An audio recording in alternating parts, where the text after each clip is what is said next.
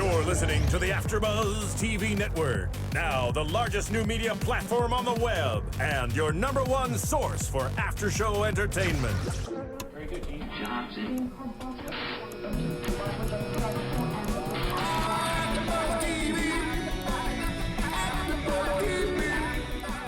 From the AFTERBUZZ Studios in Los Angeles, California, presented by Maria Menounos and Bing.com, and streaming live thanks to Akamai Technologies, it's AFTERBUZZ TV's Game Control Live.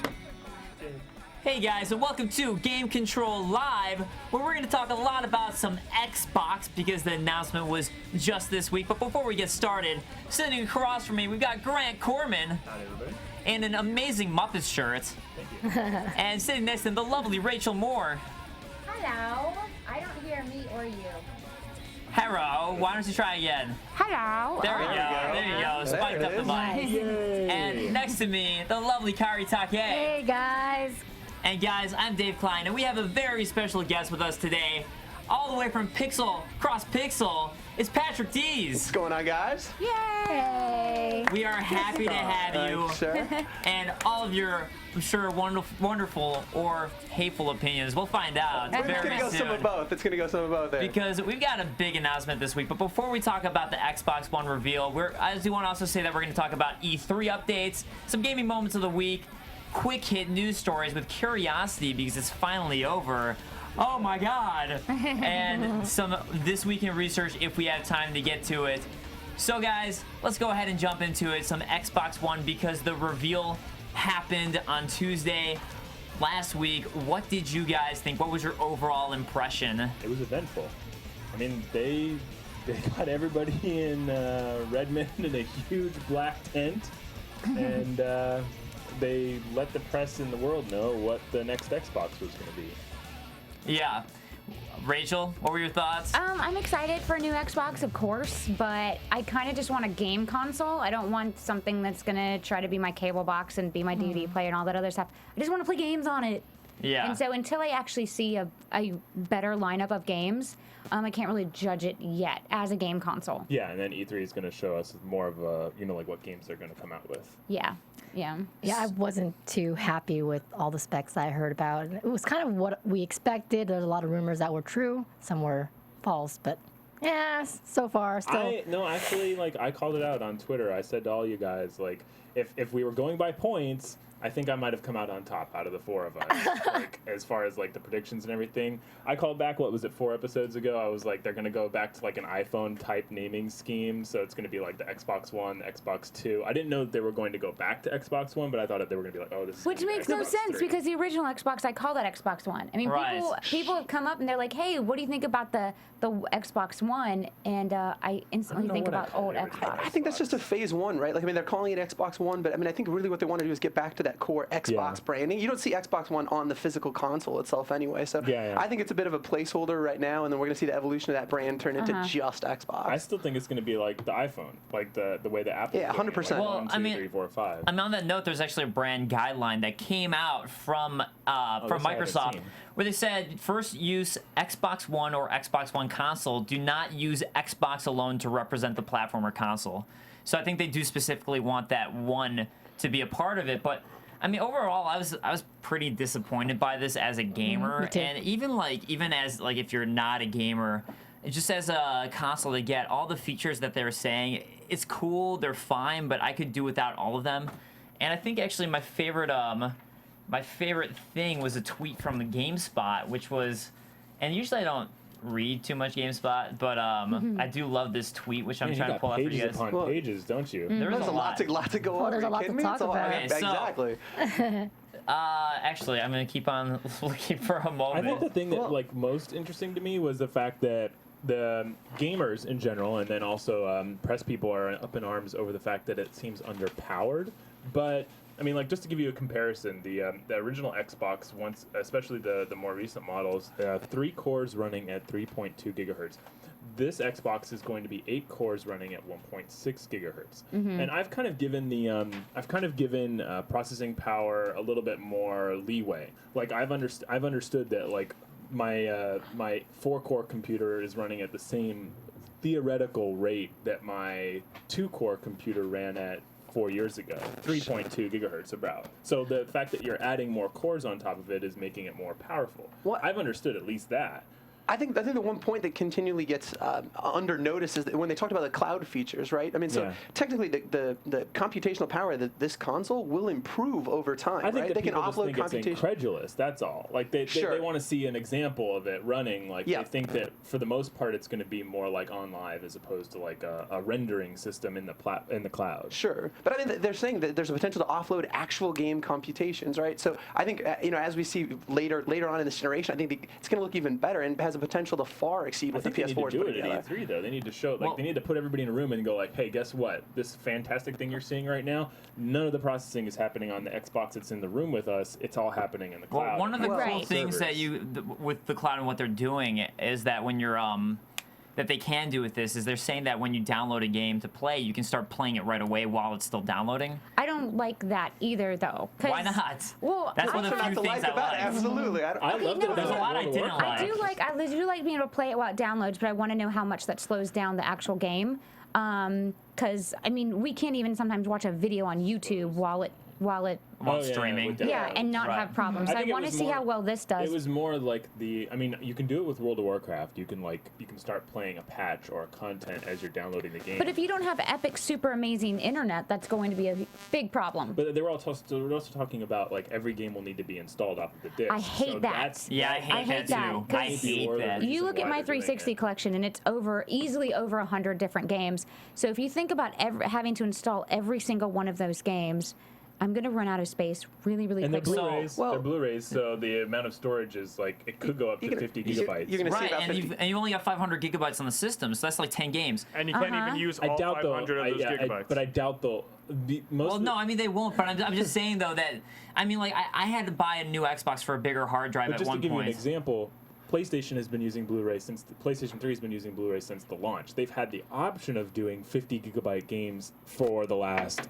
6 years. But games are going to get bigger now with new graphics. Yeah. But it'll be a little bit more slow. But still, they've yet to really roadmap what the cloud looks like, right? So I think, even if it is 500 gigs locally, I'm sure that it'll be, a really expanded cloud storage. They're going to have to. So I'm just not that worried about it. Hey, there's going to be a slim version with a terabyte hard drive in a couple years. I like the design of the system. I think it's super pretty and streamlined and sexy.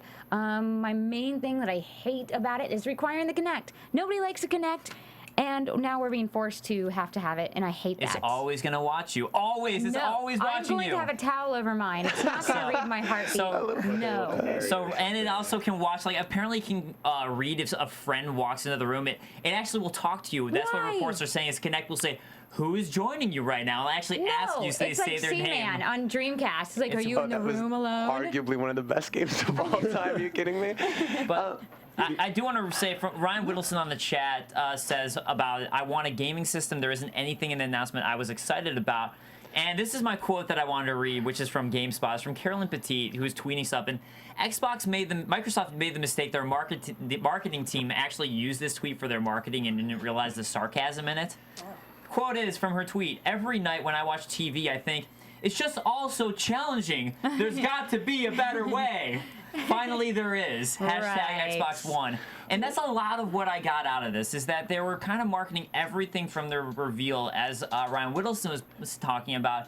None of it was really for gamers. And this fact that they're saying, and they're trying to quote and say, oh, well, it is still primarily a gaming system. We're showing that all at E3. Is anybody really worried that the Xbox isn't going to be for gamers? This isn't a game. This isn't a game console. The problem with this announcement is that they're trying to go more mainstream with it. That's what they're doing. But by doing that, they're putting all the gamers in the dust with this announcement. It would be like saying the new Corvette. It's like, do you really have to constantly remind everybody that it's a freaking car? But you should talk about the air conditioning, talk about like the expanded features, which they did, and so you talk about the game. This isn't a game system. I'm of two minds, 100% on this. I'm of two minds. So as a core gamer, I was a little disappointed in the presentation. I mean, I agree with you. They didn't show anything, but I think from a corporate execution perspective, I think they crushed it. So forever, Microsoft and PlayStation have been cannibalizing each other's base, right? So let's say they steal 1% of that hardcore television audience. And I disagree with that whole, they wish there were a better way. I think innovation in the cable space has been non-existent. My interface with Time Warner is from the Eisenhower administration. mean, it's terrible. That's because it's of the Time regulation. Warner. I mean, Time okay, Warner is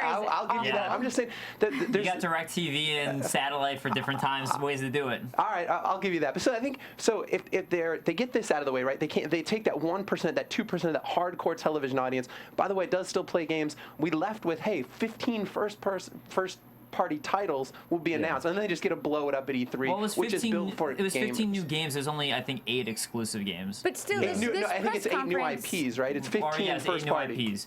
But I mean, the thing is, though, if you're trying to market it as a gaming system, they just didn't do that. And from the games they showed 3 games. They showed an EA Sports game, which we all know is going to come out for every system. They showed Forza, which doesn't really market to gamers per se. It's fine. And they showed Call of Duty Ghosts, which is fine too. But Call of Duty Ghosts isn't even running a new engine. It's running the same engine that the last Call of Duty game was on. And it's going to be on all 4 systems. Well, but But it's just they're trying to excite me as a gamer. None of that stuff excites me. I don't think they are trying to excite us as a gamer at all. What they did was they announced a multimedia system that can they're also exciting play TV games. fans. But I think they did that's what just sounds like. enough, right? Like FIFA and Call of Duty are like the 2 biggest console games in the universe. And so Uh-huh. But those aren't gamers' games.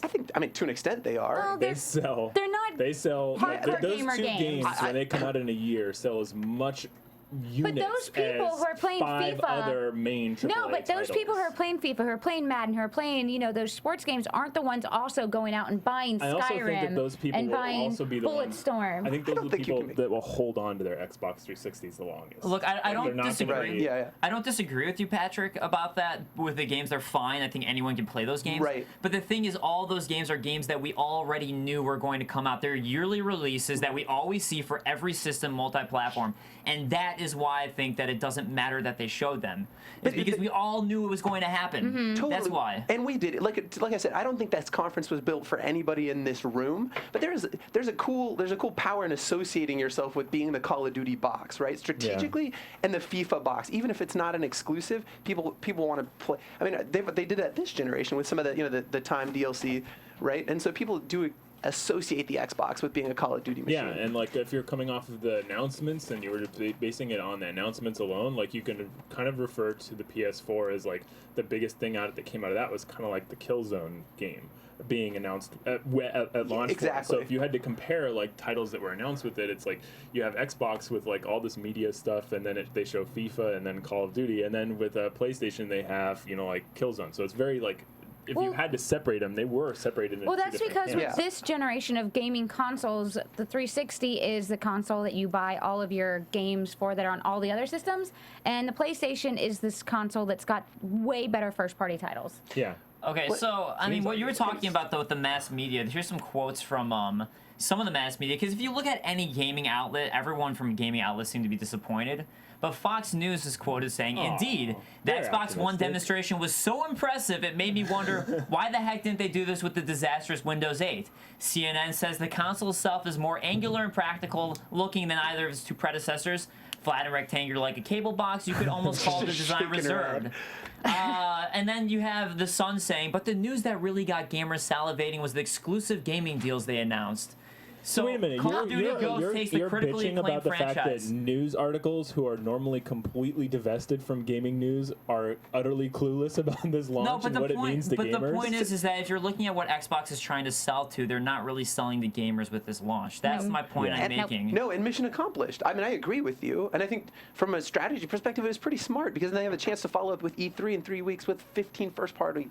And I think that's the lesson they learned from this last generation. Was to your point, you buy the PlayStation for those first-party titles, and now I think that's the lesson they're taking into this generation is they're going to have their own really kick-ass. Damn Like, that's what they have to do. Yeah. I mean, if that would be like the real failing is if they come to E3 and they're showing not Gears of War. God, hopefully, Call of Duty and this FIFA game. Like if that's those are their trophies. Like they don't show off. Like Destiny is going to be multi-platform. Yeah. Right. Yeah. Like if they try showing off these games which we know are going to be multi-platform and they don't have like the big like, oh shit, we surprised you with something, Right. then it's going to be the failing. Like Yeah. I think that'll be the 8 swing. new IPs. Right. That'll be the swing that. Well, if it's 8 new IPs like puzzle games and stuff like that, then it's not going to be a seller.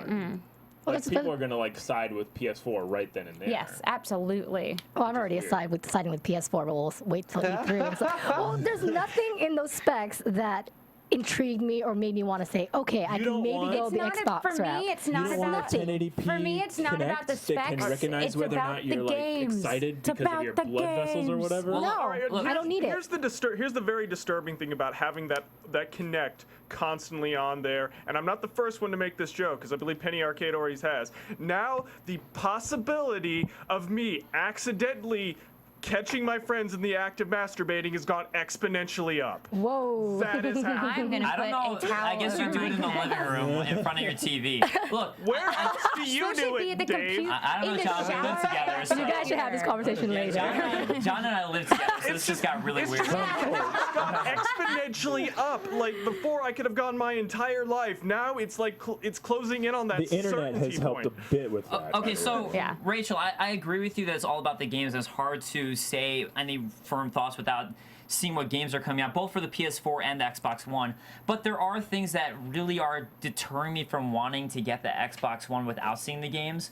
So, and that would have to do with the always on and with the used games that have been happening. And this is from, I mean, basically it seems like Harrison, the VP for Phil Harrison, who's one of the VPs for Microsoft, just has basically been trolling Microsoft, is what it seems like, because every negative thing that's come out post-wise has been something Phil Harrison said. Some people were saying he was a little bit like just off his game. But let me jump. drunk. But let me jump on the things that he's been saying though. So he basically said that I would have been drunk. we're not Xbox One is not That's a going heavy day. Xbox One is not going to be always on, but you have to be connected to the internet once a day. So every Stupid. 24 hours it has Sorry. to check to make sure you're online.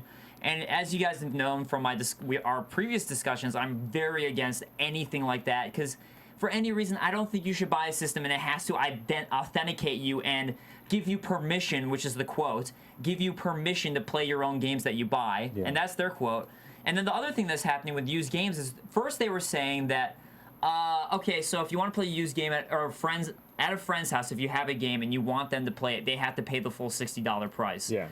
But I was reading that depends on the developer that they're giving the developer. Well, right, but then that they were say. going That's what back. I see, Well, yeah, like- but then they were going back and they're like, no, wait, no, it's the developer, and now they're switching it around and they're like, now they're saying that you just have to download it onto your friend's console and it can only be registered to one console at a time. The thing that you should take away from this is that the technology exists and it's shipping with the Xbox.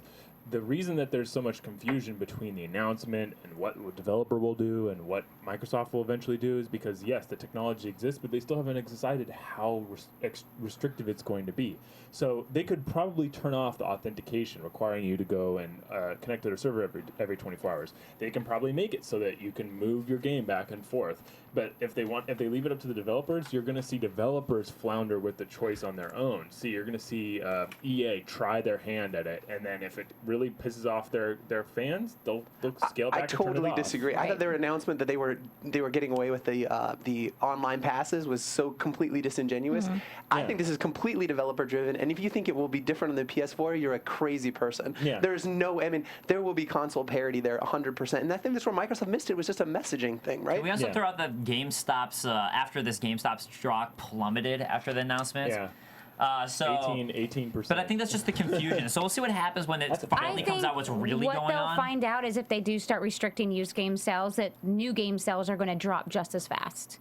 I think if people can't trade in their games once they're done, or if they don't like it, they'll be a lot See, more my picky question about is, what they buy new. What does that do for GameFly games? I hope it doesn't do a lot, because damn it, That's a I good need question. GameFly, because Yeah. I can't afford. I'm addicted. I'm at like but 3 the thing games is, out at a time. with GameFly, it works to new games, because if I like a game through GameFly, I will go out and buy it new. Sure, but I'm saying, but you know, Or with keep it. GameFly, that works where Oh, I they're don't shipping keep the it, I same just buy disc it. to everybody.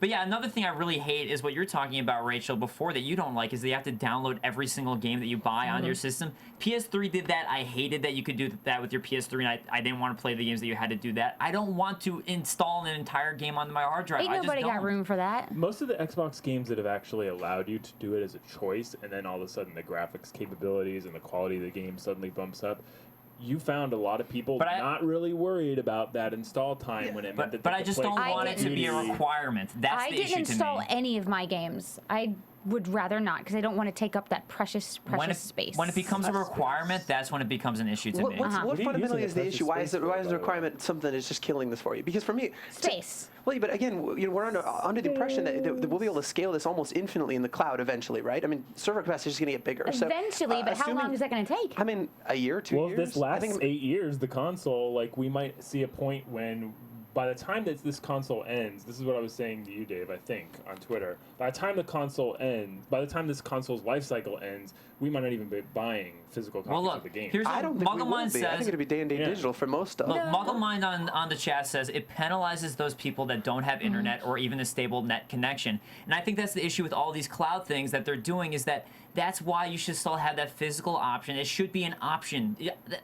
I'm fine with it existing. I like the technology. Sure. I'm fine with that. I just don't think it should be a requirement. Same with Always On. I think it's cool. There's a lot of cool features with that, but it shouldn't be a requirement. As a consumer, I want options. I don't think a developer would be stupid enough to do that with their big games. I don't think that the people that are going to, like, let's just put it this way. A person who has, like, a really shitty internet connection, like, are they really going to go out and be buying... are they really going to go out and buy Gears of War so they can play with their buddy on the other side of the United States? Upgrade your internet. No, because they don't have good internet. They're going out to buy the games that they can play in their houses and the games that Microsoft already expects they're going to buy. But you still have to download and use cloud functionality, potentially. Potentially, and if it's up to the developers. So if the developer says, like, oh, our most popular game in our entire lineup, a game which is not pirated at all and is bought exclusively by people with shitty internet connections, is going to be like hampered by this like online functionality. Okay, but what if you're one of the few people? But what if you're one of the people, not that there's many, but who buys Call of Duty for the single player and you don't play multiplayer and you actually enjoy the Call of Duty single player? Again, that's one of those games that they would probably make.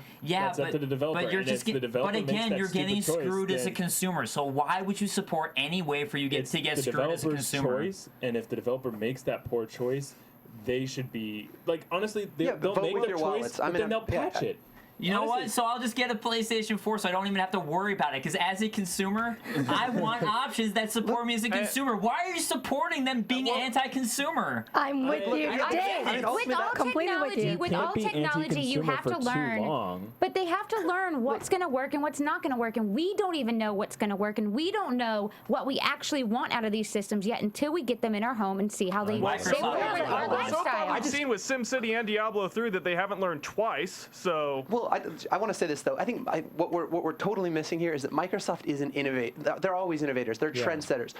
They were the first to have achievements, right? Now that's globally. Achievements are everywhere. They were the first people to. Sega was also an innovator. Okay. Stay with me though. But I'm saying in 2002 they required a broadband connection for live, right? At the time it was highly unpopular, but frankly it really changed the way everything. And now worked. there isn't like a person who some plays things work, some don't. Yeah. You just have to like kind of go with it and see what works and what doesn't. Their misses, you know. Vista was a big Windows. I mean, a Microsoft miss. But what I'm saying is that I think you're missing Microsoft Millennium Edition. Hello. Hello. So anyway, I think they're innovators. I think a lot of this stuff will actually prove out to be consumer friendly. And I do think what I will say, Dave, is in buying a PlayStation 4, I think really. Sony's just done a much better job messaging some of this stuff. I think that they're really going to be parity on a lot of this stuff. Yeah, exactly. They have not come out either way. Their announcement was, you will be able to play used games. Good night. Yeah. Right. We don't know what that means yet. Yeah, exactly. And we don't have the details. Key points away from the PS4 announcement, they basically announced everything that the Xbox announced, the sharing features, the social connection, and they left out a bunch of the key features that might piss off people. Totally. And I did love the way Microsoft handled that when they went like, yeah, of course you can share your stuff. Like, yeah, that's just, of course you can do. Every one of those big selling points that Sony had, Microsoft was like, yeah, duh, you can do that. We'll get that out of the way. But here's the other stuff. So I think they handled that well.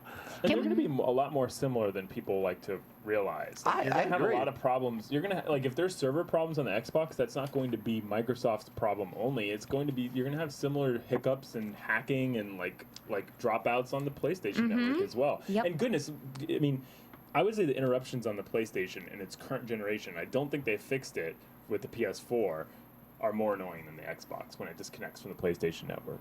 I just wanted to go back on the whole used game thing. Okay. Imagine going to a friend's place and saying, "Yay, you got to pay $60 for using this." But that was debunked. It was debunked, but it's basically that's not a thing. Basically, with all this stuff, and the reason I was bringing up the always on thing and the fact that I said that basically the VP was just trolling their own company is because everything he said. He was drunk. He's just drunk. Go he's home. hammered. You're Just drunk. Go been home. a long cycle. Go home. We'll call you a cab. But basically, you- everything he said, they were just like, that's a possible scenario. But that's the weird quote. It's a possible scenario. Again, they're leaving it up It's to a the very developers, strange quote. probably. But even if you take a game to a friend's house and it can only be working on one system at a time, you already have to do that with your Xbox Live profile. So I don't see what the big deal is there. Well, okay, Yeah. imagine this though. Options. Imagine this But though. you already don't have that option. So the fact that the option is staying the same Wait, no, but shouldn't be an issue. Stay with me here. Imagine this scenario, okay? Come on. Your friend gets a game, and you want to borrow the game or play it, or maybe you guys want to play at your house, so you don't have to haul your entire system over. Just to play it together. It's not like something where you have to have their account.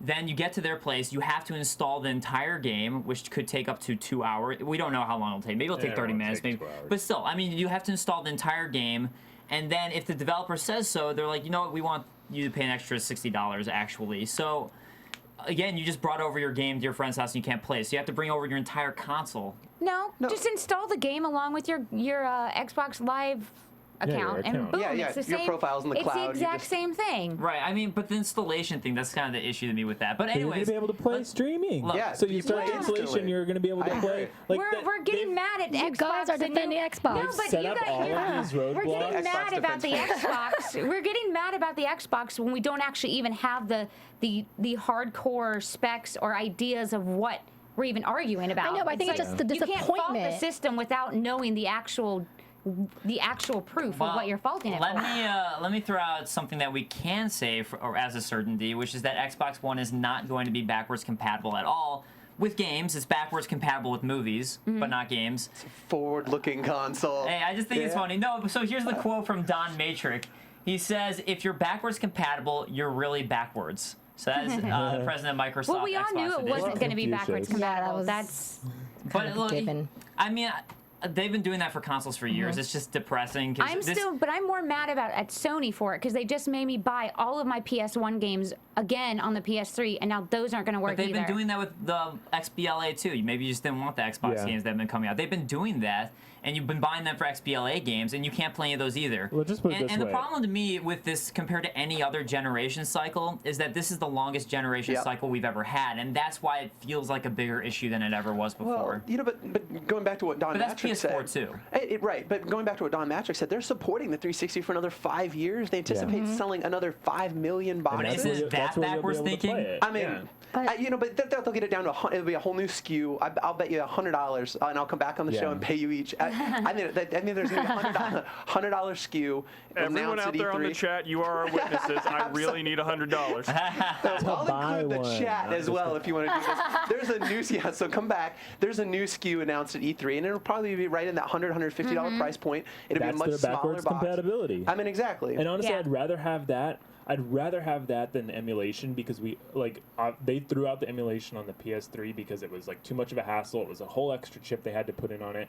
And if I honestly, I've had better experience playing these arcade games, these digital distributed versions of my old favorites and classics on game systems like the Wii, on the PS3 and Xbox than I have putting the cartridge in the system. Look, what I like The to older see ones especially. Like, is- it's hard to get those older cartridge systems to work. It's harder to get my old PlayStation 2 games to work on the PS3, and it's easier to play those versions of the downloaded versions. I've actually downloaded versions of PS2 games on the PS3, even though I have the disc and Okay. a backwards compatible. Right, but PS3. XBLA is not backwards compatible either. Yeah. So I mean, what would be great is if they did something like the Wii U announced, where you can just transfer over everything, or some way, or if you could at least re-download the games that you downloaded for XBLA for the Xbox One hardware. But nothing has been announced or confirmed for that. But I think if they they- I did think something they like that, will. I'd be cool with it. I think they will, because honestly, like, they know that that's where their core gamer is, and where most of their money was made was the Right. digitally distributed games on Xbox Arcade. I think that all of those Xbox games are gonna be easily ported to the Xbox But I find it very One. ironic with what you were saying, Patrick, that they are going to be supporting the Xbox 360 for another 5 years, yet they're talking about backwards compatibility being backwards.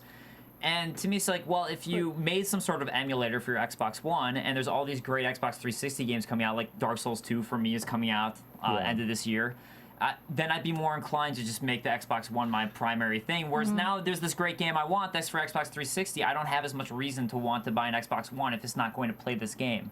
So to me, I think that's more... I don't know. I don't know if that's the... I know they want to support the 360 for all the people who already bought it since this has been such a long generation cycle. I understand that. But...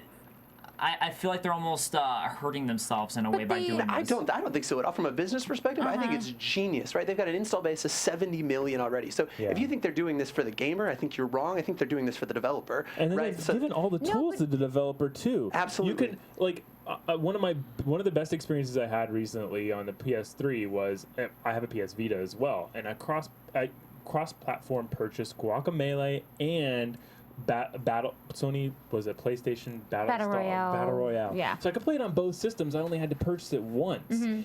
That is inherently available on Microsoft systems as well. So, I mean, the technology is there to make one purchase on the Xbox Live Marketplace and be able to play it. It's all up to the developers. Honestly, only a couple of developers have used it on the PlayStation.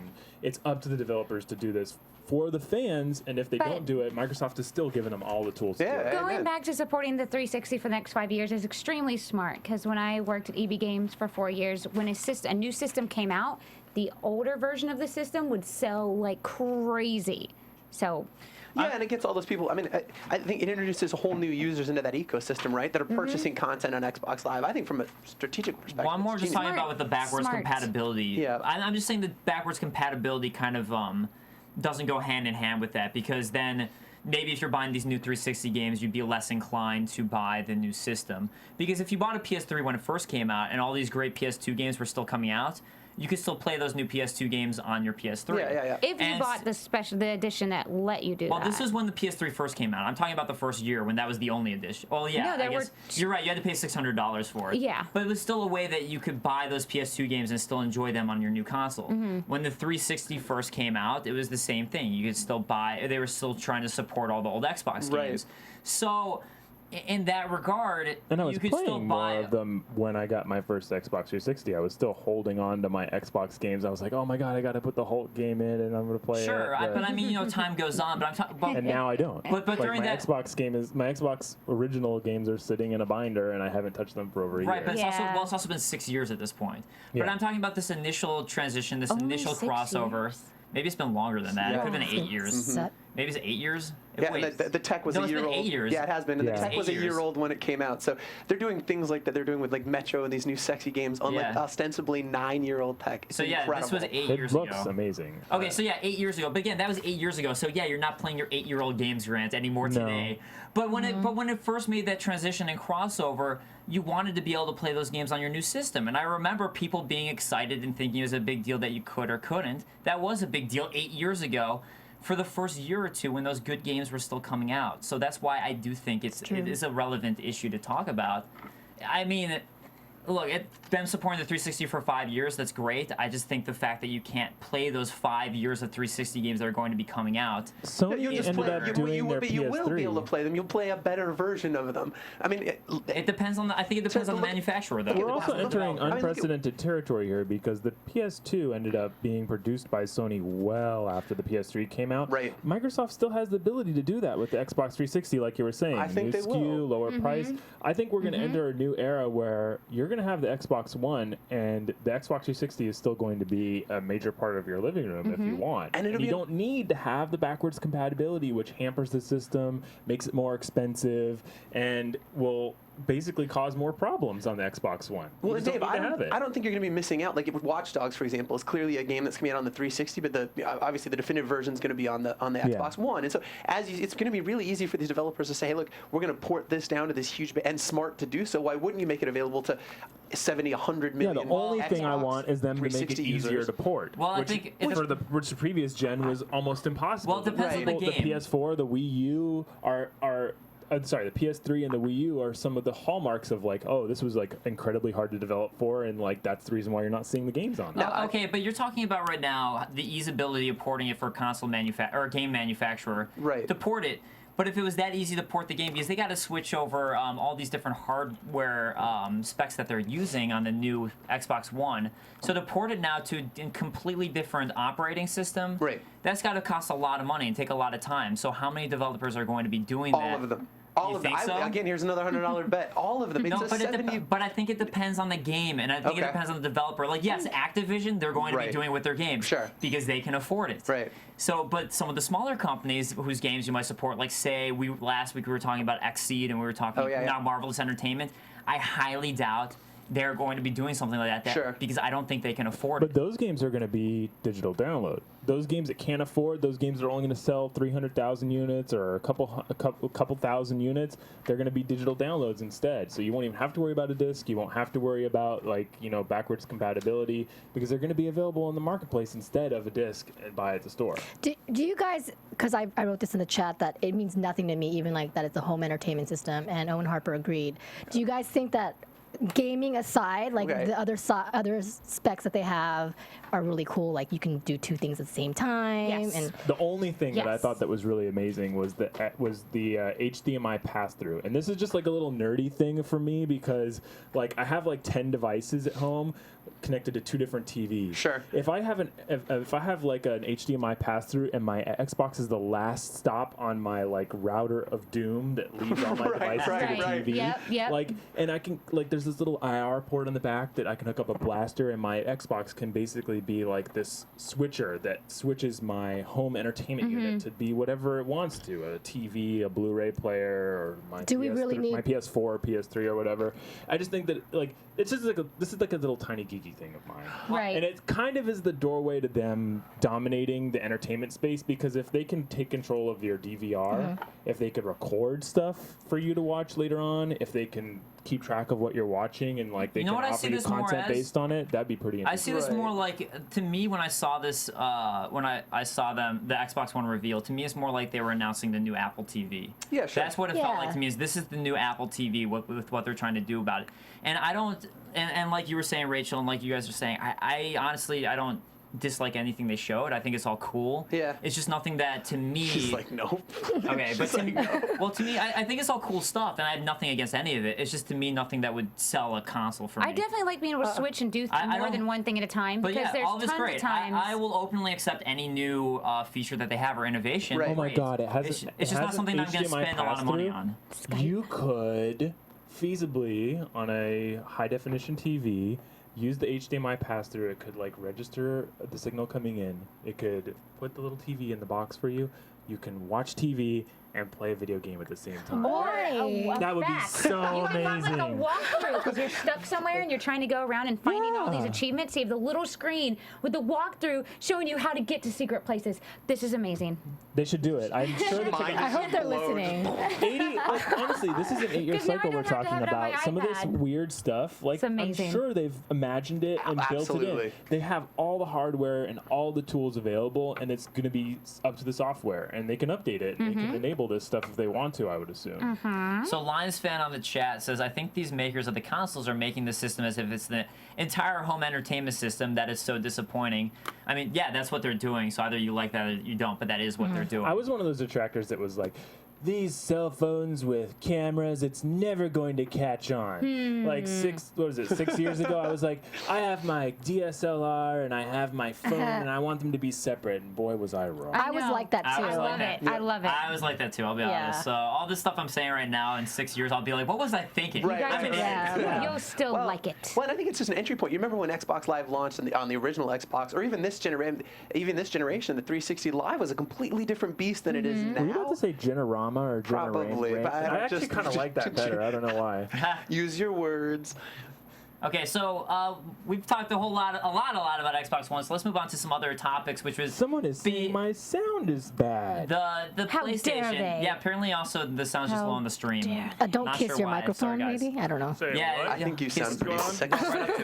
So apparently Sony stock after the Microsoft reveal went up by 9.25%. That's huge. So right after the Xbox One reveal, does that say anything about the Xbox? Yes. Well, yes. no, wait, hold on. So it was kind of just ironic timing.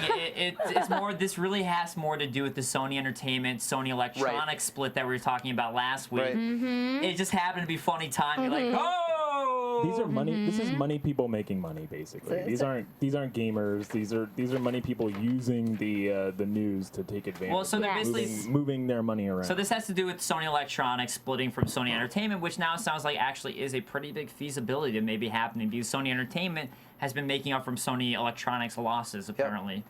So we will see if that actually happens. Other story. I figured out my mic problem. It's turned around. Boom. There you go. Okay. So, some E3 updates for you guys. Oh, sexy. Wow, you sound so much better. I looked down and I couldn't see the logo. That was like phone sex operator. I've been talking to the back of my hand for the last 30 minutes. So let's talk some Ouya. So, or E3, I should say, some E3. So I just found this funny, which is why I'm saying this. Ouya is going to be in the parking lot of E3. Yeah. Yes. Are they Prime still real trying estate. with that thing? Yes. Well, here's what they're saying. Give it up. I can't wait to see what they do at E3 because like it's been such. But they're there's not been so at much E3. bad news They're for the last outside like 3 E3. weeks. Yeah. Like No. I want to see what they're gonna do. Right. They're gonna Well, show me. Are they gonna show me highlights of the stuff that's been kind of like reported on as being bad? They're kind of marketing those. You'll be able to demo your games to media, E3 attendees, and random people on the street. Ouya's E3 location will be 100% open to the public. And the homeless. I guess they kind of need it. Have they not Welcome been to to downtown downtown Los LA. Angeles? Yeah. That's Exactly, a bad John. idea. Right. They're trying to give it a positive spin. They though. might, gonna they be might good. need to do that free They should be like parking just lot throwing thing. these out over the crowd. Like Yeah. these things are In tiny those enough. T-shirt guns. Just Yeah, here's the Ouya. Boom. Knock someone out with that exactly. I mean, we make fun of it, but we would all stop and see it if we were at And it's cheap enough that they could do it. They I'm should gonna be walk handing right them out. past They it. honestly should. One of Grant and my coworkers got the Ouya. Jason, did you end up checking it out? Did he play it? Oh, I have the Ouya too. What do you think? I like it, but like honestly, like the highlight of it is a highlight for me is what's gonna be adopted by Sony and Microsoft, and it's that more streamlined, two-dimensional user interface that is like much more responsive and more like easy to move around. So our Burton on the chat says Ouya is tailgating E3. His name is Yeah, Rich. I like That's that. Rich Rich. Burton. Yeah. He's my friend. So speaking of space at E3, everyone was pretty concerned about Nintendo, and what Nintendo's doing at E3.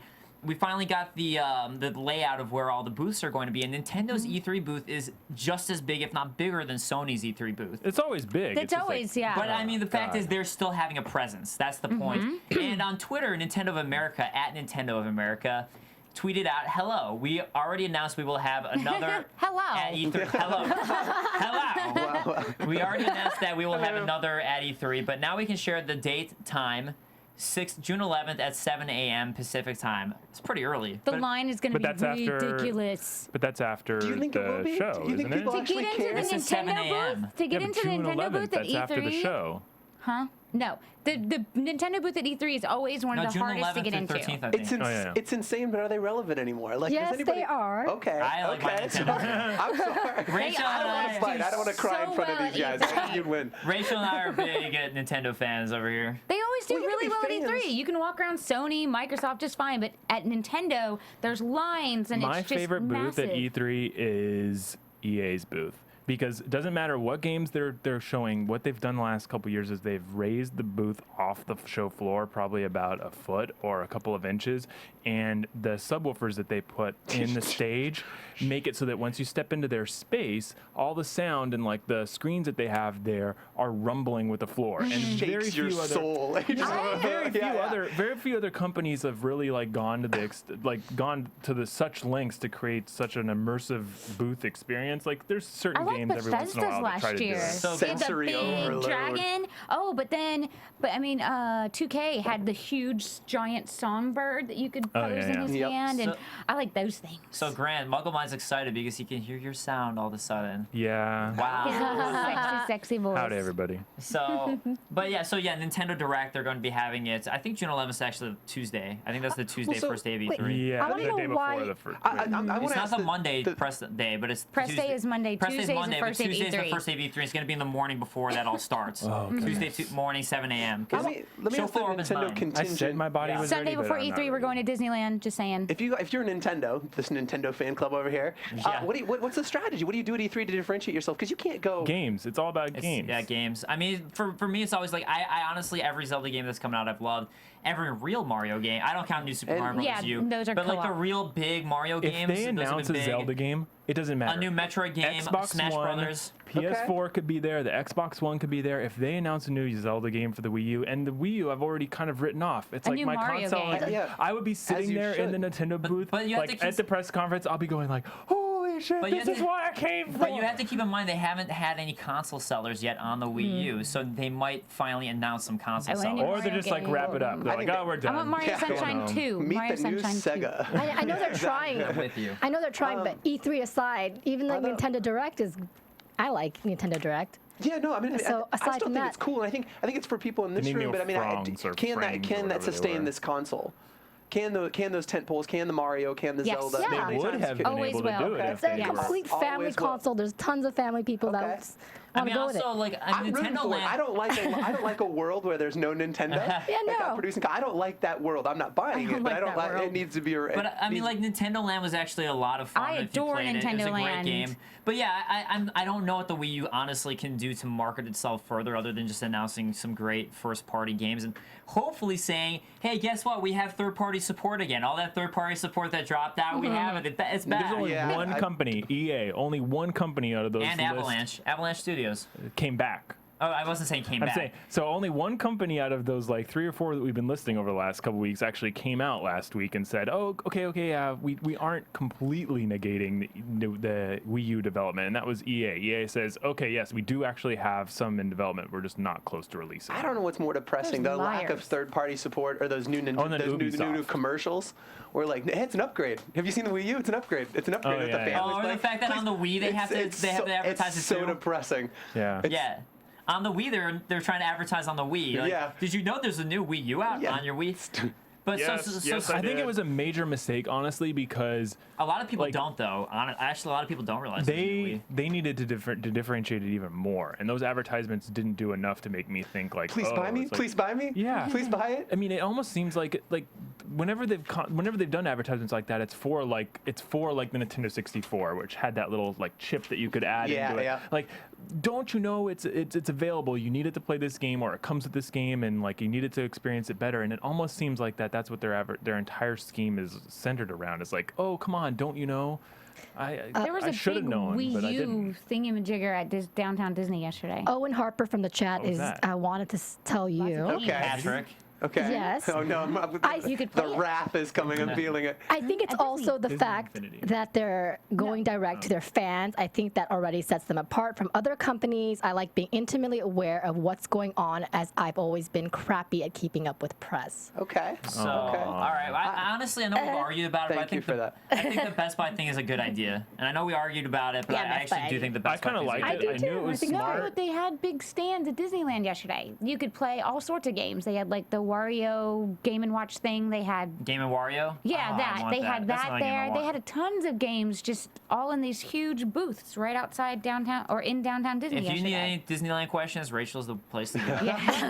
I knew I'd find a way Package to place get prepared. Disneyland in today's show. It's the Knew AfterBuzz it. drinking game. Every time she mentions Disney, it's just throw another Oh my back. God. So let's. I've been blackout Just drunk wasted. by the time. Just wasted. So another company that's live streaming is going to be Square Enix. Instead of having their normal booth, they're going to be live streaming from E3. From the show floor. So Is anyone still going to be working there by the time E3 comes around? A good question. that is a good question. So well, let's go ahead and talk on it now. Just the fact that the president, it was just announced. Apparently, it was a month ago, but the president quit. President of Square Enix. Yeah. So to go work at Amazon Japan. Oh yeah. So yeah. I mean, hey, that's a step that's up. a good. Go Japan. Freaking Amazon. Well, lately with Square Enix. So yeah, so. Square Enix, we keep on hearing all these negative things. Every week after week is something new with Square Enix, which is pretty depressing. It's kind of sad. Yeah, I think they're on their way Despite out. making unbelievable games, Hitman was incredible. Tomb Raider is one of the best games I've played in the past years. What? I love Tomb Raider. Yeah, I'm with It you. was forgettable. I loved it. But It was forgettable. even better, Deus Ex Human Revolution was Fantastic amazing. game. I actually will say, You didn't like Deus Ex?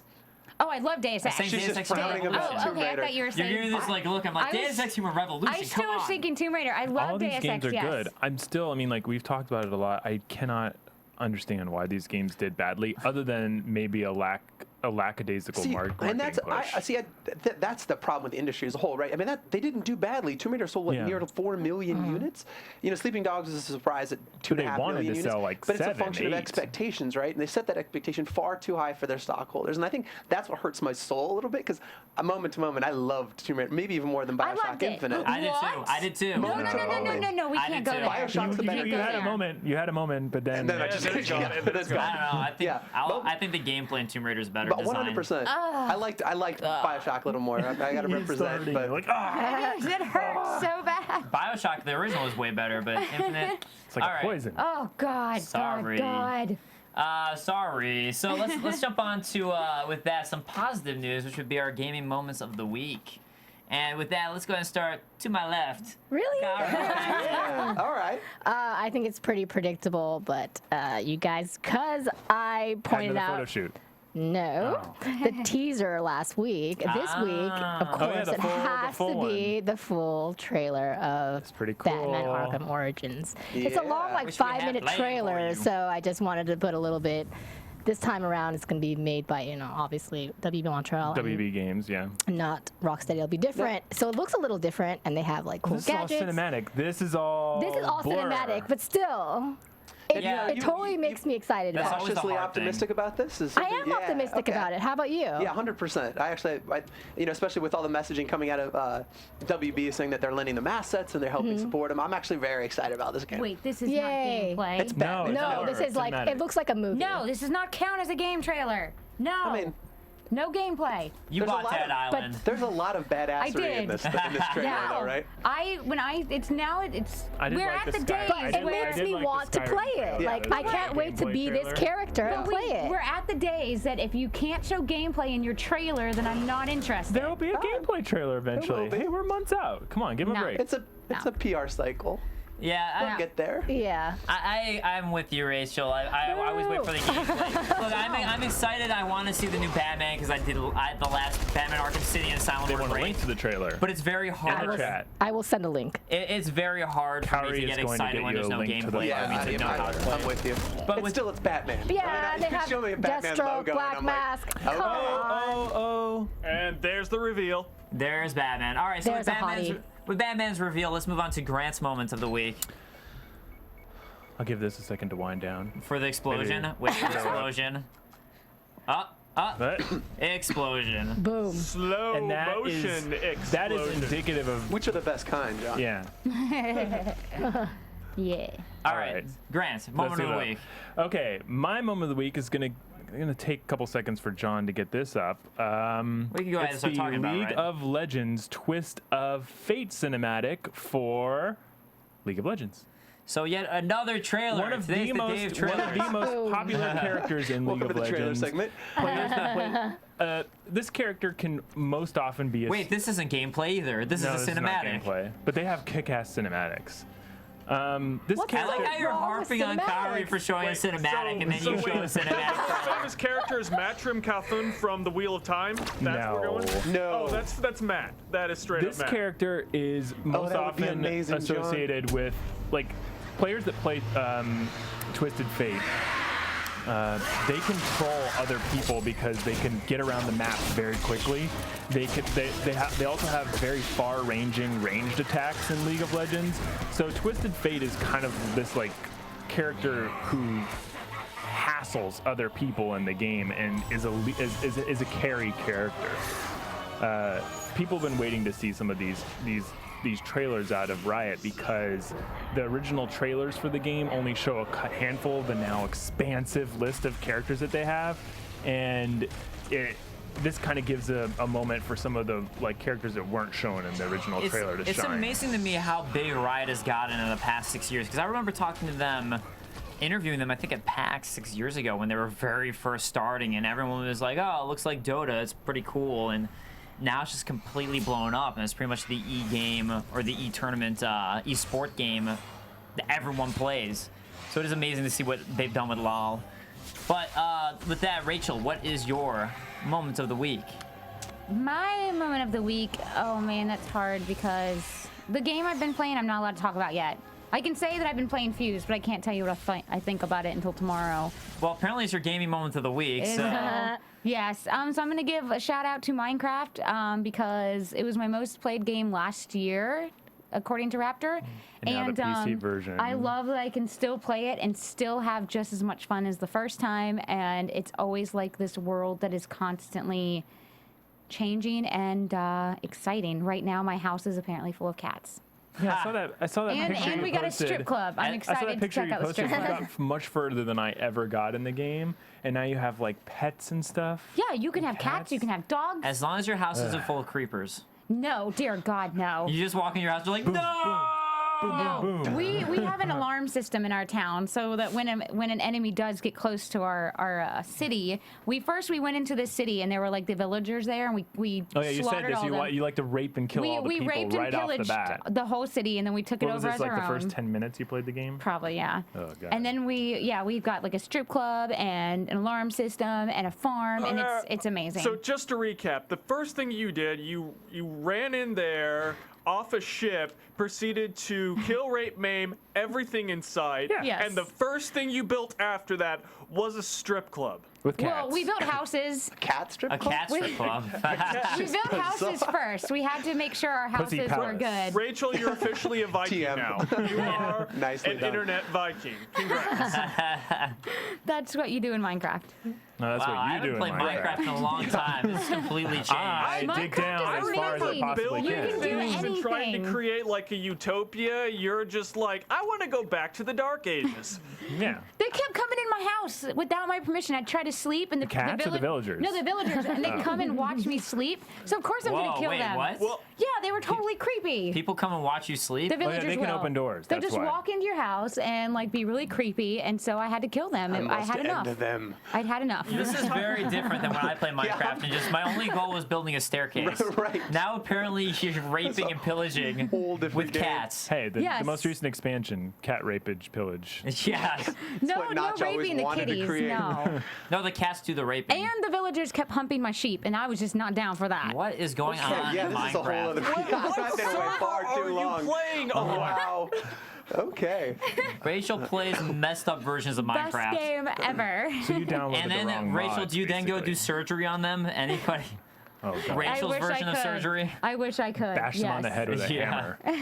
All right, so let's go. I'll go ahead and jump on my moment of the week, which is this is from the new Daft Punk album, and I actually haven't listened to the new Daft Punk I haven't album either. at all. Everybody's telling me I've got to listen to it. But I heard Passable. this, which is an 8-bit, literally a 8-bit version of Daft Punk by Joe Jeremiah, If it's gonna play, which there it goes. Grant's pulling up there. Not me. And I love chiptunes, so this guy does some awesome chiptunes. And he basically just took a bunch of the songs from Daft Punk Look at his sweet, sweet from tie. the new album. That's Yeah. true. Thank Tie's been on Think Geek for I the know. last like 10 years. I want that tie. That tie's been around longer than the He's Xbox got the 360. 8-bit glasses too from Think Yeah, he's got the 8-bit glasses.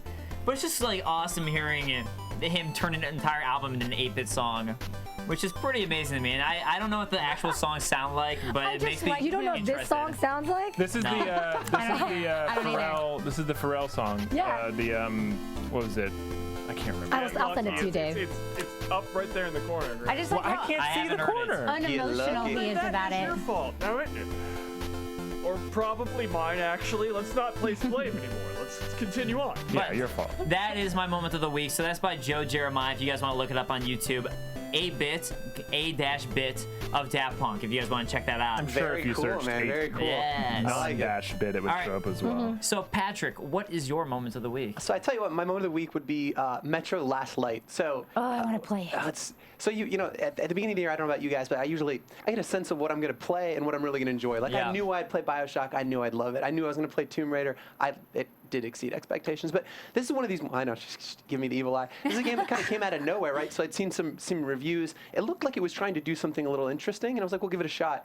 And this game absolutely floored me. So it does the thing that BioShock does. It's front loaded with a ton of exposition. It's like 30 minutes where you just get to soak in the world and feel this level of desperation before you ever even pull the trigger. And I was really wholly impressed by just how how tense this game is. So for those people that don't know, it takes place in post-nuclear apocalypse Russia, and the entire thing's in the subway.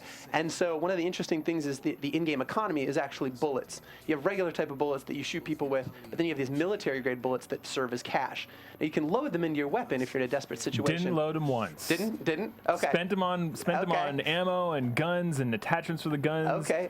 You're better at games than me because I'm like, no, I died a lot. I didn't use the weapon. So didn't use the military grade ammo. They create like systemized desperation because you get to a point where you're on the surface and you've got a gas mask on and you're wiping it and your blood would hit it and you're wiping it and then people are coming from everywhere and I'm out of regular ammo and so I have so little. I have to put potentially like my meal into my gun and I load my food for later to get myself out of a situation. You don't literally eat, but I would say it's your currency and I'm literally shooting money to stay alive. I was searching everywhere. The 13 to 16 hours I played the game, I was searching everywhere for the filters. And there's a point in the game, I don't know, like from where you are, you probably have encountered that long stretch of wilderness where there's very few people to fight and it's mostly just the creatures and they don't have the filters. No, they do not. So you're basically running around and you start out with like about 13 minutes of breathable air and then you venture out into the wilderness and you just see that number go down and down and down and you haven't found a filter. And I actually almost came, like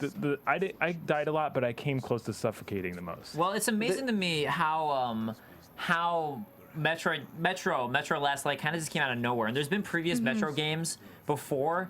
I don't think any of them necessarily were big deals. Nobody really talked about them. And all of a sudden, I'm hearing Last Light. It's getting great reviews. So this one kind of just came out of nowhere. Well, I kind of fell victim to that whole THQ thing, right? So, when THQ went under, it was right about a point where it was going to be released. They were picked back up, and then, it was pushed a little bit. But, I mean, really came out of nowhere. The level of world building that they do, this game is incredibly polished, and it's more than a competent shooter. It's a really good mechanically, the mechanics in the shooting are fantastic. So I couldn't recommend it highly. Is there a level up system at all? No, but there's one thing that both of you might be interested to know is that there is a hidden morality system. So in order to get the proper ending and not to spoil it, you're going to have to pay attention to these cues. There's some visual and audio cues in the game, and there are certain things that you need to experience in the game, and there are certain ways that you need to treat some action moments. Like there's going to be some choices that you make later in the game. You haven't gotten to them yet. You haven't played it at all. All right, well, stop spoiling it. No, I'm just saying. Choices. No, there's choices you're making. I'm just saying, in order to experience the best ending, and I spent 16 hours playing this game, you don't want to spend another 16 going back to play it again and make these choices again. Listen for some bells and some white flashes. Stop ruining in the game. everything. I'm not ruining the game. You're ruining everything. Listen for bells and listen for white flashes because they let you know that something important is nearby and to experience it. And that way you'll be able to make the proper choice at the end of it. How? Like, the following spoilers have been brought to you courtesy of Grant Kohrmann of Los Angeles, California. I'm learning. What I think was interesting too, they kind of do this whole the monsters on the surface aren't the only enemies, right? There's these different factions underground, and you see the levels that people are able to go to. I mean, akin to The Walking Dead, right? Where you almost forget sometimes that there are zombies, is that people can be potentially incredibly evil too. Love that game. It just drips of atmosphere. You're desperate to find the filters, and these people that you encounter, most of them are pretty desperate. Yeah. Right. Well, it looks incredible, and I want to get it now at this point, or borrow it and not pay a $60 fee. I'm getting GameFly. That's a good callback. It's on my GameFly. So let's go ahead and get to a couple stories because we're going a little long here, and we'll try and wrap it up quickly. So Curiosity finally ended yesterday morning, and I don't know. What was it now? I have to admit, I was curious what was at the end of Curiosity. I liked your tweet, Grant, about what it was. You want to go ahead and say what that was? I didn't see that anybody had responded to it. What is Curiosity? I said, what was it that I said? I said, I like what was finally at the center of Curiosity is a little tiny Molyneux dressed in a black suit. So it's like life-changing. So Curiosity is a game that was on mobile devices like iPad, iOS. You could play. I don't know if you could play on your computer. Was that the game? No, that was Candy Store. You literally just tap on a box, on a cube, and you start like peeling off layers of this cube. But it was like millions of people would play it together online because there were so many pixels, and you're literally tapping away the pixels. And until one layer of the cube is tapped away at, you can't start tapping away at the next layer of this cube. And there's something at the end of this box inside, and we don't know what it is. Farmville. Right, so it's like a three-dimensional box that people all around are just tapping away at, chipping away at to try and see what's inside of this box. And it was a Peter Molyneux game. and it was just basically made to advertise Godus, which is his next game. But at the very center of the box, only one person would get it and get to see it, of all these millions of people chipping away, and some secret message was going to be sent to them, and they could do whatever they wanted with it. They could reveal it to people, they could keep it to themselves, they could do whatever they wanted, but only one person got to see of these millions of people what was inside of this box. What was it? It was a picture. It was Peter a video of Peter Molyneux. He's like 3 inches tall, standing on a huge 60-foot stage, telling you that you're going to be able to play the god of all people in the next game, Godus. That was it? Well, okay, there's more for to the most part. There's There's money. He'll also participate financially in the game's sales. Well, there's more to it. So get he a actually certain amount of money back for each game that's I sold. feel like Now Peter hold Molyneux on. could release a version of Tic-Tac-Toe, and we'd all be just transfixed by it. Well, this is amazing. Well, no, so Rachel looks so honestly could. disappointed. He could Hold find on. a way to do Hold it. on. So Peter Molyneux said it was going to transform the person's life who won. That's all he said about it. So the winner was Brian Henderson from Edinburgh, Scotland, and basically what this does is more than just makes you the god of his new game. Yeah. It's basically it brought this kid immediate internet fame, because this is an 8-year-old random kid from Internet Scotland. Oh no, the 8-year-olds Everybody knows control the game. Everybody knows who he is. I didn't know he was 8 years old. He 18. 18 years old. I thought you said 18. Oh, I thought you said 18. Sorry, I meant 18. He's an 18-year-old. Thank God he's an adult. He can make decisions. Well, Legally. He's somewhat an adult adult. Scotsman, so let's. But so he's not 18. get ahead of He's been ourselves. drinking anyways if he's 8 and he lives in Scotland. Yeah, 100%. But so he's the god of the game. He's going to actually be making finances for every sale of the game. He actually makes a portion of it. Yeah. And he got immediate internet fame. So if you think about it, it kind of Peter Molyneux argues it did transform this kid's life. That Everybody knows who bastard. he is. He's making I money. love how he's able to say it transformed And- this kid's life, even though it hasn't happened yet. Technically, the game hasn't come out. Everybody He doesn't knows. have Do you know control. who he is? Sure. I He know hasn't who gotten he a is. dollar I've from the never heard game, of him. and we don't know the extent of what kind of control he's going to have. they're So lucky basically, transformed his he life. clicked the They're last lucky box, that and that's he's it. old enough to be legal, though, that it wasn't some, 8-year-old. Oh yeah, but literally though, Which makes it weird. Did you because, have- what if it was? Did you have- No. Could they you- legally done, I think the participation agreement said Yeah. that, It would have to be you the couldn't- parents. You could, yeah. I don't Okay. think you The could participate parents? it completely. I guess he he told his parents right away. He told everybody right No, away. I mean, if he was Why? underage, Oh, yeah. parents would have to I'm come sure. into play. You know what I was thinking though? What this guy could have done was try to just sell the information Yeah, off to I'd people. take it to the grave. Yeah, or just been like, if you want to know Yeah. what it was, what's your offer to every media outlet Put out it on there? eBay. What's Oh, your yeah, offer? And there try you go. to Well, build up. that's the difference between But an the thing is, 18-year-old Right, and right. They promised And him an money in the video. entrepreneur. Right. Well, yeah, he will be making money Yeah. too. He's making money for free. It by was this controlled. happening. It was it was He a got money controlled for marketing tapping something. experiment, Rachel's and disgusting. it went She's in just like- it went to the favor. Well, I mean, it's basically like That winning the sounds funny, lottery. That's the actually. comparison. It's like you won the lottery in a way. It's like a random thing. Oh, You and won then, the lottery. honestly, I just feel like, bad because he started was it playing the Arburton? last Who was hour. Arburton again? I think he's. Rich Arburton says in the Yeah. chat that what if the game is going to be canceled now? it still changes his Oh, that life. would suck. I think. So Well, apparently now he's not gonna everyone. get any money. Everyone on the chat is saying I did say 8 for the age. I'm sorry, Oh. it was 18. But I mean, apparently, well, now I am brain farting, Owen Harper. Now that he says stop brain farting. I wanted to say something really badly, and now I can't remember what it was. Maybe I'll come back to you. I hate that. No, let's just move on. All right. So that's it. So Atari's going to bankrupt. It's a happy thing to move on to. Oh. So they are $22.2 million is what they want to make. So another company going down. And final thing I want to mention is Halo was announced is having a TV show. I'm sure Rachel's a that big was fan. weird. Yeah, I think that's the least talked about point from that thing. That Yeah. TV gaming Yeah, confluence Steven was Spielberg shows insane. up and he's like, "Hey, guess what? I'm gonna get in on this new Halo TV show." Right. And it's like, The movie was bad enough. That just totally confirms that it's an entertainment system. Well, but like, Just pure. what was the Remedy game? Quantum Leap? Yeah, no. No, Quantum Best Leap. show ever. See, Quantum worst Leap. name for a game that you just put That was quantum on it. Quantum It just Physics screams or something. generic. Brain fart Scott, number back it 2. up. Quantum Break. Yeah. Right? Did you see the live action in that Kevin trailer Pereira too? was advertising that game, I think, right? I don't know. I just saw the live action piece of it and then gameplay and that weird TV game confluence just really threw me The for a Halo loop. at movie this. was bad enough. It was not good. Steven I Spielberg don't- doesn't do spectacular with TV anyways. His Did you watch that Terra Nova didn't do well. Oh no! But you know Yeah. the lady that they hired was the Lately one his that movies brought. haven't either. And Yeah. her name escapes me, but The the one on executive that they Netflix? brought Yeah, on the from girl from, CBS what's her was the name? one that really Lemony took Snicket? them from like 3rd to 1st place. So she's got a real good so- pedigree wait, of building quality television. Yeah. Why are you guys having a mini conversation We're on the talking- side? You're in the middle of hosting a show. We're talking about the Halo movie.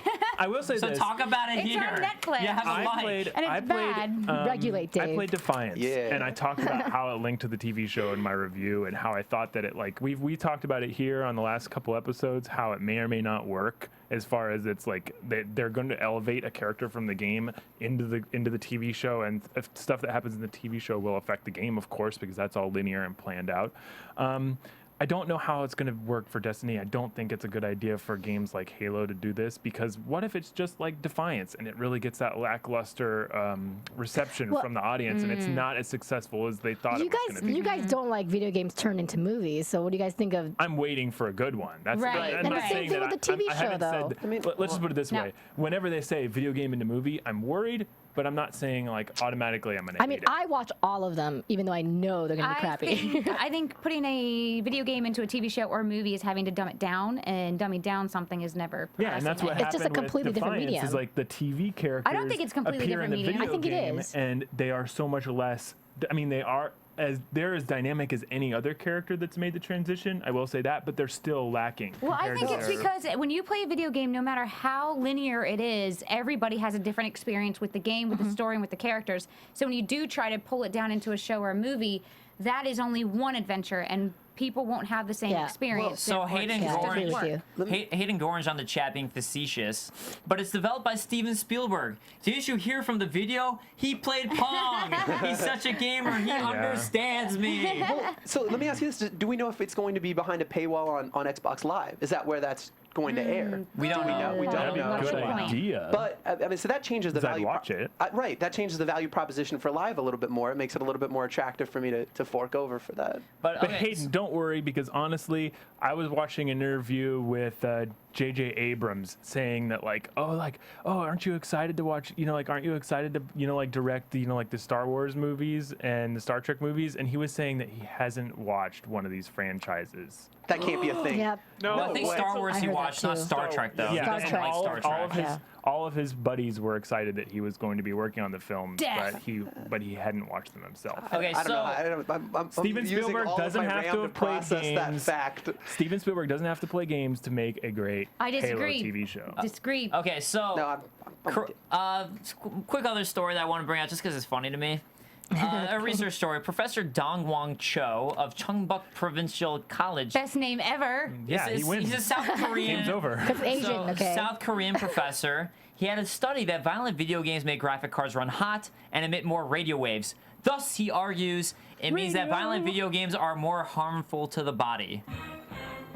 How does that even make sense? Great research. Thank you My there. mind That's all I is gotta melting say. because of what he said. some of his not other my res- hot graphics. Apparently, he also researched that how drinking for 3 days straight will cause liver damage. How No kidding. How watching Wow, what a rocket scientist. how watching porn will cause unmarried men liver damage. Grows hair on your Well, hands, unmarried too. men, but And- married men are safe. Yeah, apparently married men are safe. And how smartphones cause people to have irregular voices. What?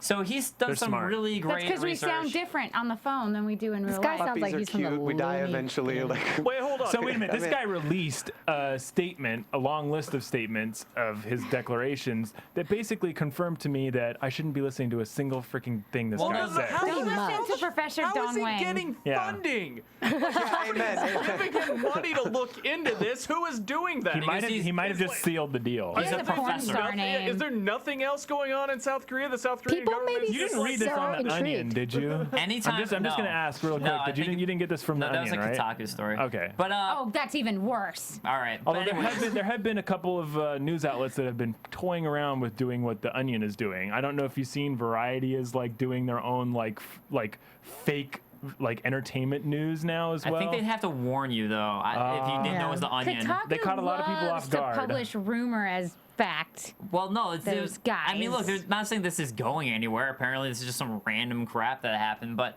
anyways, I just want to say Professor Dong Wang anytime we have a study. That's what I'm going to do from now on. Dong Wang. Could you just say it, period? Dong I Wang. think you should have him on the show. Dong Wang. I know. That'd be a fascinating interview. That I tell you would. what.